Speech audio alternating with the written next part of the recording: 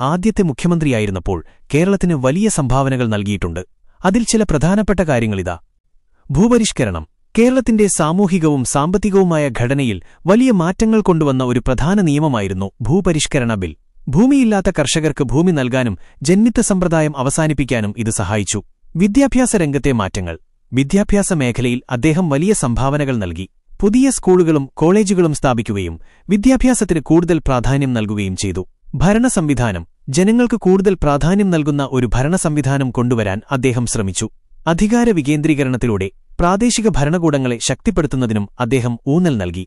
കേരളത്തിന്റെ വികസനം. വ്യവസായം, കൃഷി, ആരോഗ്യം തുടങ്ങിയ വിവിധ മേഖലകളിൽ കേരളത്തിന്റെ പുരോഗതിക്കായി അദ്ദേഹം പല പദ്ധതികളും ആവിഷ്കരിച്ചു. ഇതുകൂടാതെ നമ്പൂതിരിപ്പാടിന്റെ ഭരണകാലം കേരളത്തിന്റെ രാഷ്ട്രീയ ചരിത്രത്തിൽ ഒരു നാഴികക്കല്ലായിരുന്നു.